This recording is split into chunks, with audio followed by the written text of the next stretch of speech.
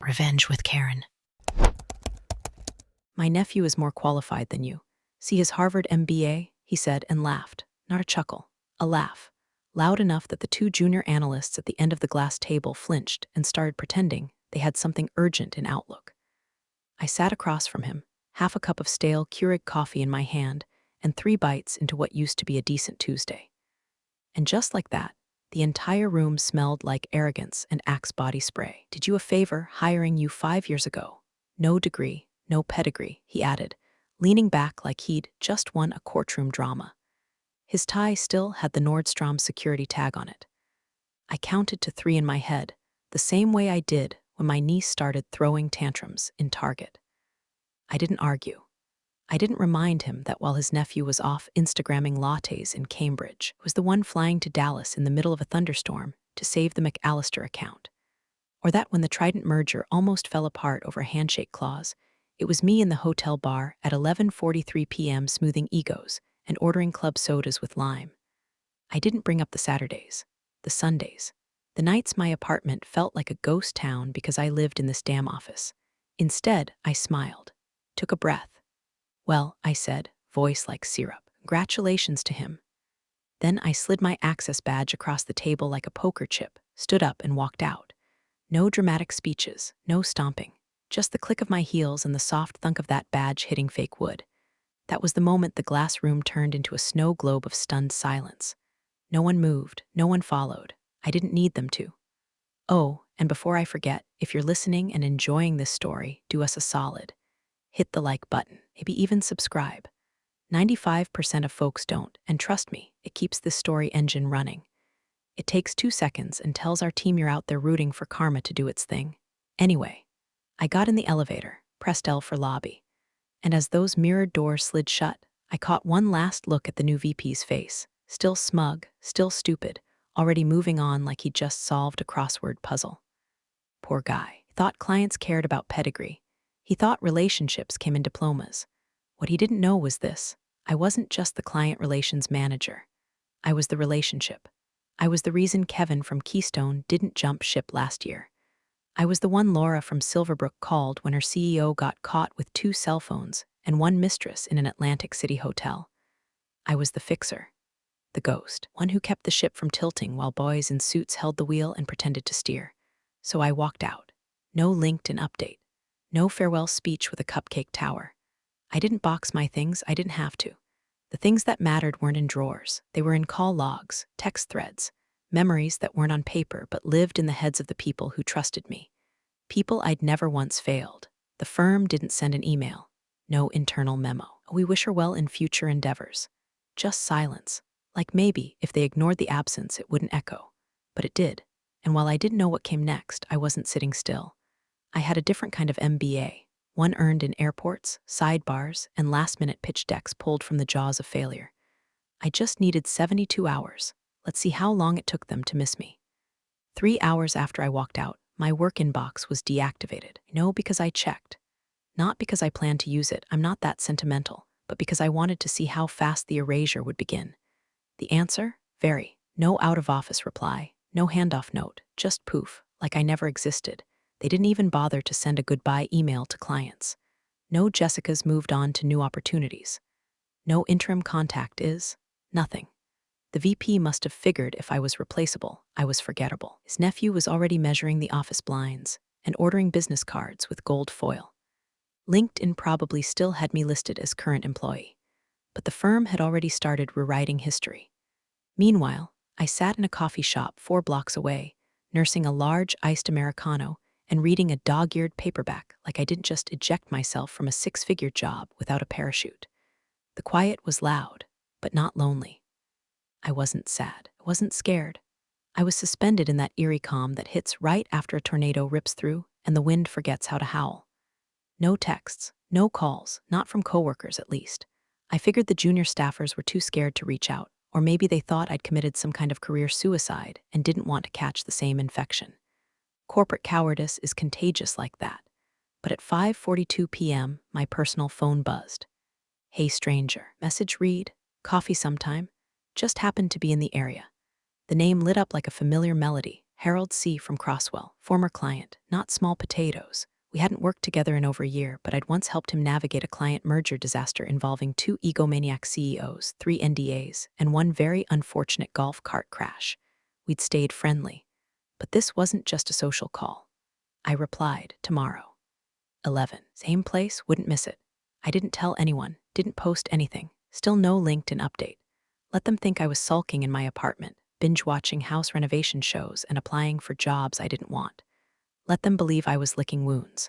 The VP's fatal flaw wasn't just arrogance, it was assuming silence meant surrender. I used the evening to make a few lists. People I'd worked with, people who mattered. I still had phone numbers. I still had trust. The kind of trust that doesn't vanish when your badge does. My rage hadn't cooled, it just crystallized. I wasn't going to make noise. I wasn't going to rant online. I was going to let their ignorance build them a coffin. 1 email thread at a time. 1 missed client at a time. At 11 o'clock sharp the next day, Harold walked in wearing the same plaid jacket he'd had since 04 and sat across from me like we were old war buddies. Didn't ask what happened. He didn't need to. Instead, he asked, "You got anything lined up?" I sipped my coffee. "I've got time." "Why?" He grinned, "Because Crosswell's looking, and we're tired of the musical chairs." I didn't answer. I didn't need to. We both knew that if I said yes, half the work would already be done. When he left, he slid his card across the table. "Don't wait too long. These idiots won't know what hit them till their biggest accounts stop picking up." I slipped the card into my bag. Didn't rush, didn't gloat. That night, I deleted all company contacts from my phone, not because I was cutting ties, but because I knew I wouldn't need to reach out. They'd come looking for me. They just didn't know it yet. On Thursday morning, the firm sent out a chirpy little email with the subject line, "Exciting new faces on the client relations team." I got a screenshot from a friend in accounting. Featured a headshot of a painfully symmetrical 20-something in a navy suit standing stiff as a broomstick, arms crossed like he was prepping for a stock photo shoot, titled Future Leader.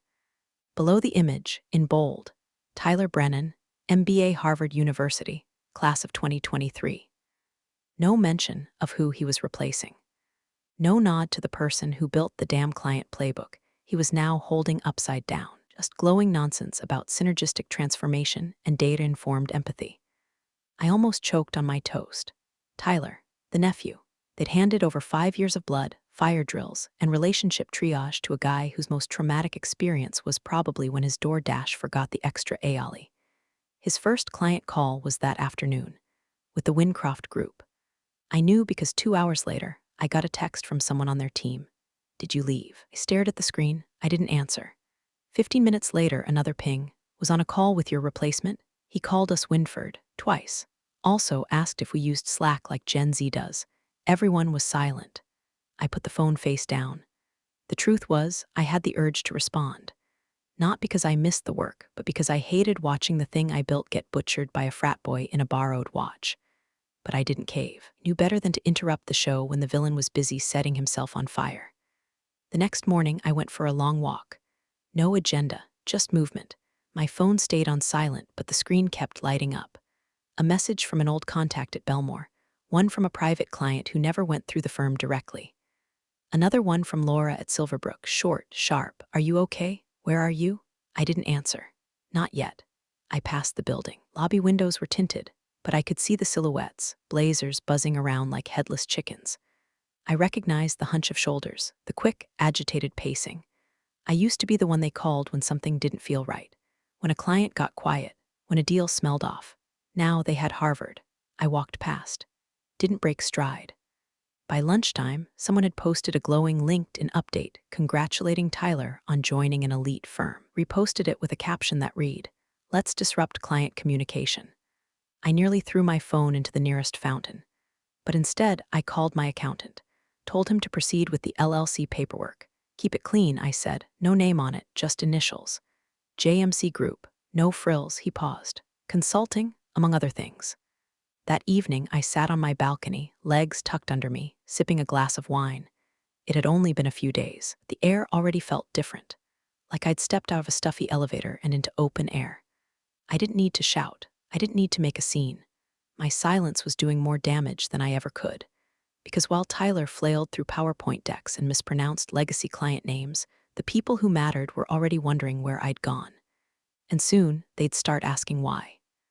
By Monday morning, the cracks were no longer hairline. They were jagged, gaping, echoing all the way up the chain of command. It started with a quarterly strategy call with Haldon Klein, one of the firm's crown jewel clients. I'd onboarded them during a snowstorm and held their hand through 2 leadership shakeups and 1 shareholder lawsuit. They were loyal, but only because I made them feel bulletproof. Tyler was scheduled to lead the call. That was mistake number 1. Mistake number 2 was assuming Haldon Klein didn't notice who wasn't on the invite. The firm's Zoom room lit up on time, faces squared, folders open. On their side, Carl, the VP of Growth, and Marla, their COO, stone-cold professionals. Tyler opened with a line so forced it could have passed for AI-generated, excited to synergize touchpoints and elevate communication baselines. Carl blinked. Marla didn't move. "We'll wait," she said. Tyler fumbled. "Wait for who?" Marla adjusted her glasses. "Jessica," awkward silence. "She's no longer with us," Tyler said, forcing a smile so tight it looked painful. "But rest assured," click. Call dropped, cold, no warning, just gone. 15 seconds later, my phone rang. Unknown number, but I recognized the area code, Chicago. I let it buzz twice, then picked up, calm as ever. "Jessica speaking." There was a pause. Then Marla's voice, sharp and amused. "Really thought we wouldn't notice?" I chuckled, just enough to warm the edges. People assume a lot of things when they're new. "You free for coffee next week?" "Always." We locked in Thursday. Just a quiet little catch-up. Nothing official, nothing binding. But they'd already made up their minds, and not a single person at the firm had a clue it was happening. After I hung up, I stared at the skyline from my window. Somewhere in that tangle of glass and steel, VP was probably barking at his assistant to circle back with Haldon Klein, still convinced he could charm his way into their trust like this was a networking mixer. What he didn't understand, and would never understand, was that trust doesn't show up in a quarterly report. You don't win it with a certificate. You earn it in the weird hours. You build it when a client calls at 6:45 a.m. in a panic because a document hit the wrong inbox, and you say, "Me 10 minutes," and actually fix it before their second cup of coffee. Tyler had the haircut, he had the branding, but he didn't have the muscle memory of loyalty, and now, the silence was no longer mine, it was theirs. Later that night, I opened my laptop and created a new folder, Warm Leads. Inside, I dropped a spreadsheet with 3 tabs. 1 for current inquiries, 1 for previous clients, 1 for friendly fire, contacts inside the firm who might be ready to jump ship the moment I built a lifeboat. I didn't move fast.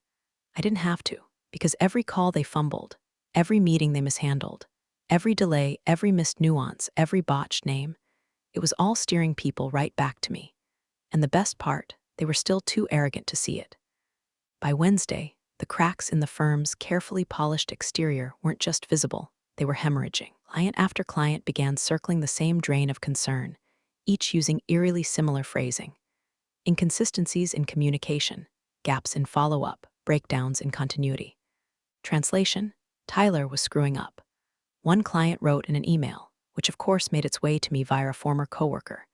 "We feel the current contact lacks the historical context and relationship depth we're used to. This has resulted in avoidable confusion and wasted time." Translation of the translation. Where the hell is Jessica? Inside the firm, things were combusting. The VP, still peacocking through his title like it came with a halo, had hauled Tyler into a glass-walled conference room. The walls didn't insulate sound half as well as he thought. According to my source, shout out to Janine from compliance, who always owed me favors, the yelling got so intense someone turned on the Office Sonos system to mask it with a motivational playlist. Corporate therapy via Top 40. Apparently, the VP screamed something like, "What do you mean you forgot to follow up with Keystone? That's a $4 million renewal." Tyler mumbled something about email drafts not syncing. Classic. Meanwhile, 3 blocks away, I sat in the back corner of a small office suite inside a WeWork on 14th Street. Nothing flashy. No nameplate. Just me, my laptop, and the soft hum of freelancers pretending to be busy. The air smelled like burnt coffee and someone's overambitious cologne. It was perfect. I had just received final confirmation from my lawyer.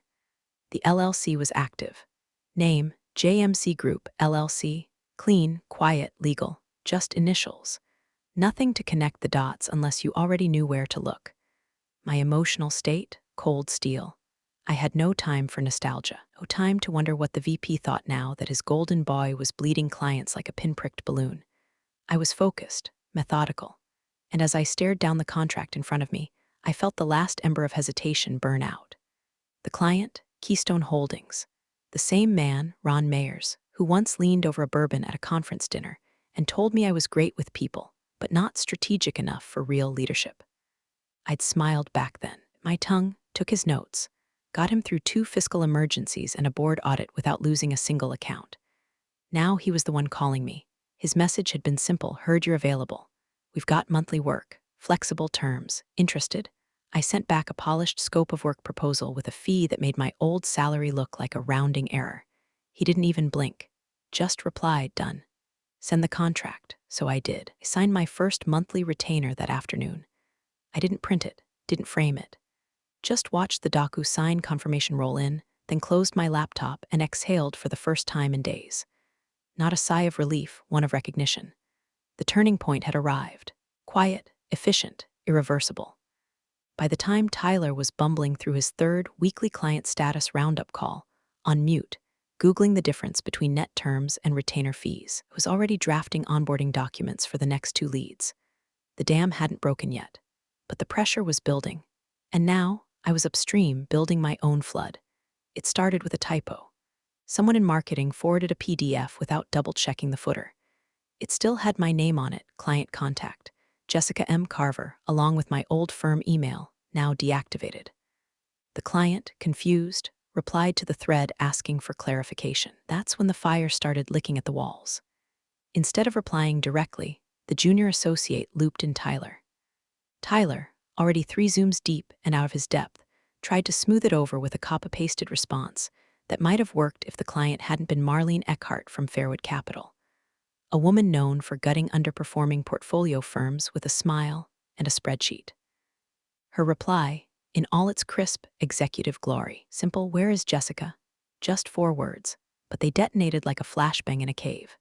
Within hours, the thread bloated into a 16-person chain with 6 different clients all chiming in, each with their own variation of the same question. "She's our point of contact.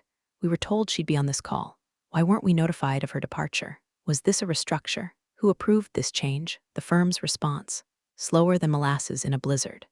Apparently, VP scrambled to organize a call with each client individually to control the fallout. But you can't plug 6 holes in a sinking ship when you're holding a PowerPoint and a thesaurus.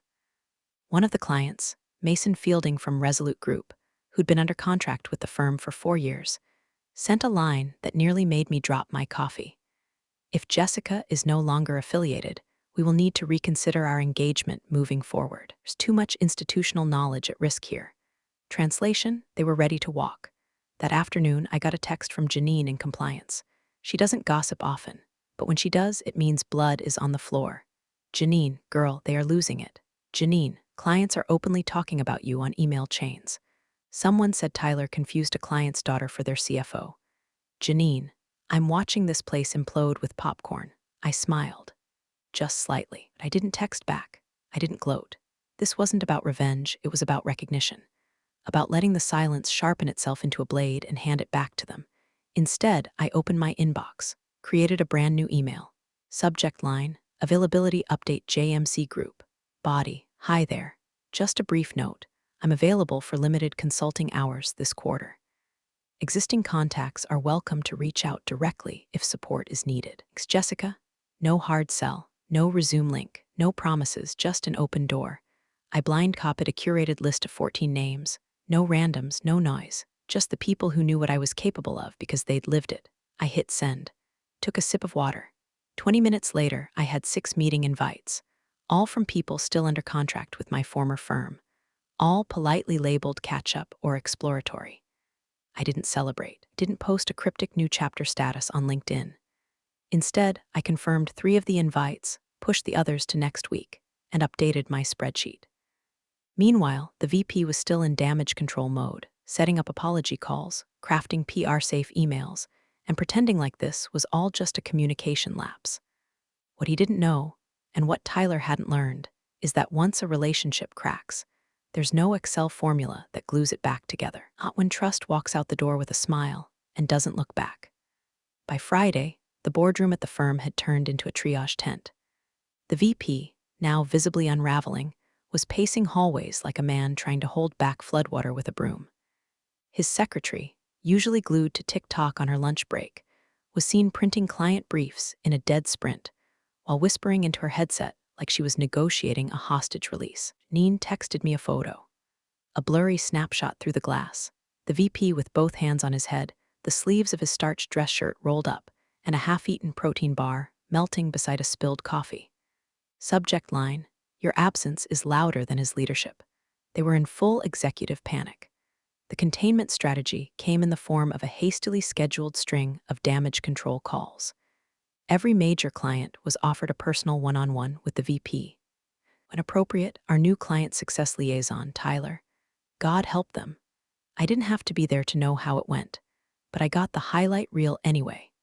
Apparently on the call with Eastmark Capital, a client known for legal precision and absolutely zero patience, Tyler stammered his way through an update on their compliance matrix and confused SOX exemption with stock exemption. "Wait," the client asked slowly. "You saying we're exempt from Sarbanes-Oxley reporting?" Tyler panicked, said yes. The silence that followed was so long, you could probably hear his blood pressure spiking. Eastmark's general counsel sent an email to the board that afternoon. My insider forwarded me a line from it. "I don't know who made the staffing decisions, but let me be perfectly clear, he's not her. Not even close.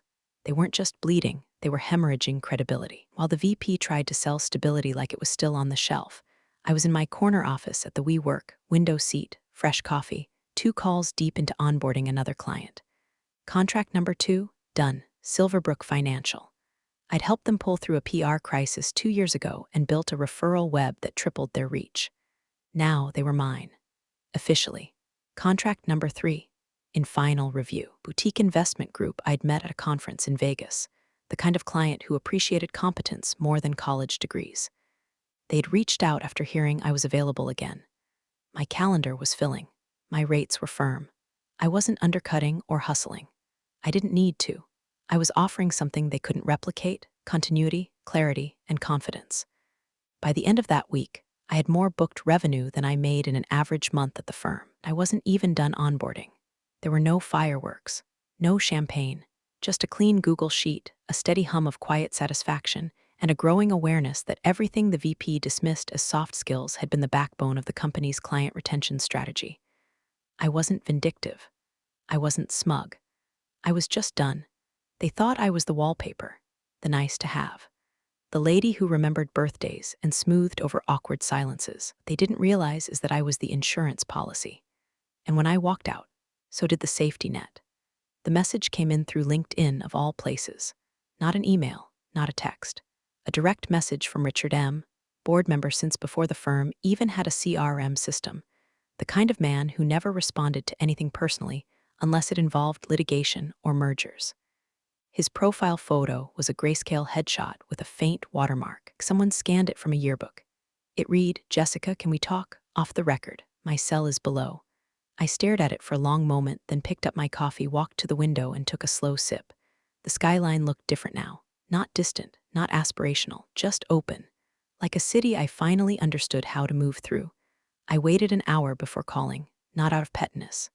Just to remind myself I was in no rush. He picked up on the first ring. "Oh, small talk." "Jessica," he said, voice gravelly like a man who hadn't slept right since Monday. "I'll be direct.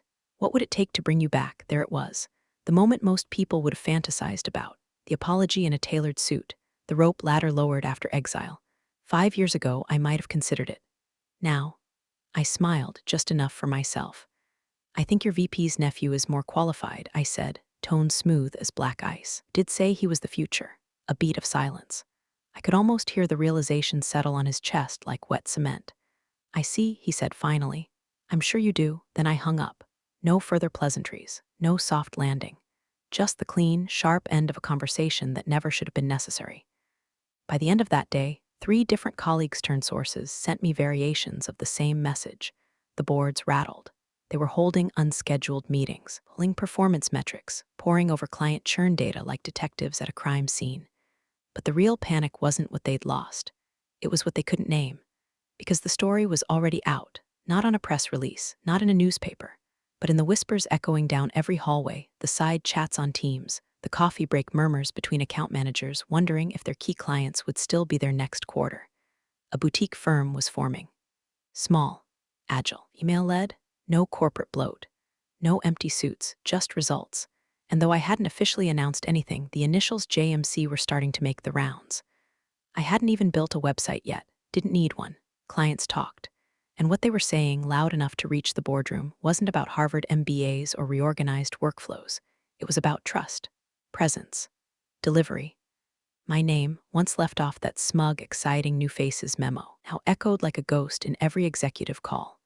The irony? I hadn't chased them. I hadn't posted a thing. I hadn't asked for attention. I just did the work. And now, the people who once called me just a people person were realizing that person had quietly taken the people with her. Monday morning broke like any other. Sunlight catching the edge of the skyline, city buses yawning down the avenue, espresso machines sputtering out their first froths of the week. Inside the firm's 24th floor boardroom, the air was thick with dread and deodorant. 4 major clients had declined renewal. Not delayed, declined. 2 of them, both multi-year contracts with 7-figure annuals, cited personnel instability in their exit notes. Another simply said they were reevaluating strategic partnerships, which was client speak for. We're done being polite. The numbers hit accounting first. Then the CFO, the valuation dashboard. Then the board. At 9:17 a.m., the VP was summoned. No invite, no heads up. Just an assistant knocking on his glass office door mid-sentence and saying, "They need you. Now." According to Janine, who was now basically my private informant, he entered the boardroom with that same smirk he'd worn when he told me I had no pedigree. But it didn't last long. They didn't let him sit. Junior associate handed the chairman a manila folder. Inside, a printed PDF of my latest filings and client onboarding agreements. New boutique firm, clean branding, initials only. But clear as day, exclusive partnerships signed with 3 of the firm's legacy clients. Keystone, Silverbrook, Eastmark. The chairman slid the folder across the table to the VP like it was a final exam he hadn't studied for. "These just came through our legal risk scan," he said. "You've got 30 seconds to explain." The VP opened his mouth, stammered something about breach of non-competes and consulting gray zones. Something about me taking advantage of timing. The chairman held up a hand. "You lost the only person they trusted," he said, calm, measured, final. "You bragged about pedigree, and you forgot about relationships." No yelling, no drama, just that. Outside the boardroom, staff watched the VP leave with his jaw locked and his future wobbling like a loose tooth. His nephew, Tyler, was conspicuously absent. Word was he'd started working remotely the previous Thursday and hadn't been heard from since. Back in my own office, small, clean, sunlit, I was reviewing Q2 projections. No fluff, just hard numbers. My inbox dinged. A text. "Janine, they're trying to undo it. Reverse the damage. Pull clients back. Reassign teams." Name it, I stared at the screen. Could almost picture them scrambling, dialing up clients who were already locked into new retainer schedules with me, offering discounts, promising overhauls, citing new leadership directions. Too late. I typed a response, just 5 words. Harvard should have taught them that. Then I put my phone down, leaned back in my chair, and let the silence fill the room. It didn't feel like revenge. It felt like gravity. Everything falls. Eventually, you're the real stars of the corporate jungle. Thanks for watching. Hit subscribe, or I'll flick the switch on your old cubicle memories.